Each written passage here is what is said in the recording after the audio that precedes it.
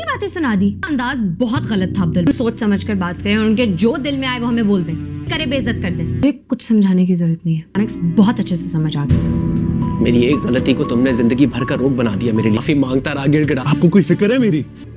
आपने जो कुछ करना था कर लिया ना। उसकी वजह से जो कुछ मैंने किया वो मुझे नहीं करना चाहिए। कोई फिक्र चालबाज ड्रामे के आने वाले एक साथ में जहां पे अब आप लोग देखने जा रहे हैं कि अब अनाया मजबूर है। एक तरफ तो उसके बाप की इज्जत है और दूसरी तरफ अब उसकी मोहब्बत। लेकिन अब की मर्तबा वो अपनी मोहब्बत की कुर्बानी देगी, क्योंकि अब शान भी तो उसे सपोर्ट नहीं कर रहा। लेकिन शान है जिसका बाप अब उसको लेकर बहुत ही ज़्यादा परेशान है, क्योंकि उसकी हरकतें ही ऐसी हैं। अब दूसरी तरफ तो अब शान ने अपने बाप का जीना हराम कर रखा है, लेकिन हर लड़की के साथ अफेयर की वजह से शान बहुत ही बुरे जाम से भी गुजरेगा। लेकिन साथ ही साथ अब वो अनाया का पीछा नहीं छोड़ेगा, क्योंकि वो अनाया को यूज़ करते हुए अब ऐज़ा आप से इंतकाम लेना चाहता है।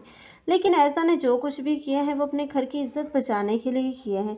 लेकिन उसका अंदाज़ तो गलत हो सकता है, लेकिन अब उसने जो भी किया ये वक्त की नज़ाकत थी, ताकि वो अब अनाया को किसी भी हमाकत से रोक सकती। लेकिन रूहान की ज़िंदगी तो इसी ऐज़ा की वजह से अब जहन्नम बन जाएगी, क्योंकि रूहान ने कभी सोचा भी नहीं था कि अनाया जो कि अब उससे इतनी ज़्यादा भी नफ़रत कर सकती है, क्योंकि अनाया तो खुलकर अब रूहान से नफ़रत का इजहार करेगी और उसे बताएगी कि वो किसी और लड़के से मोहब्बत करती थी। तो रूहान ये सुनकर कैसे बर्दाश्त कर पाएगा।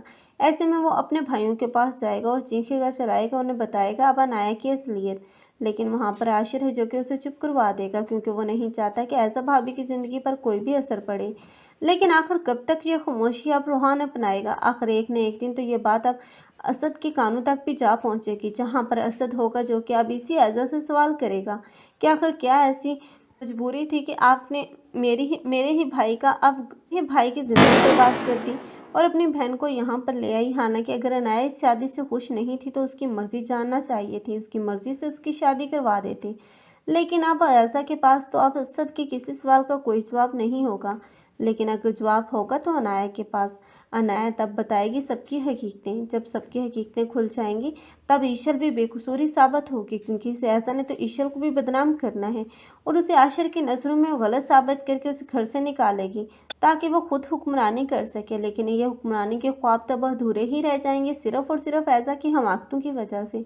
आप लोगों को ये ड्रामा कैसे लग रहा है और इस ड्रामा में किसकी एक्टिंग को लाइक कर रहे हैं, कमेंट सेक्शन में अपनी कीमती राय का इज़हार लाजमी करें।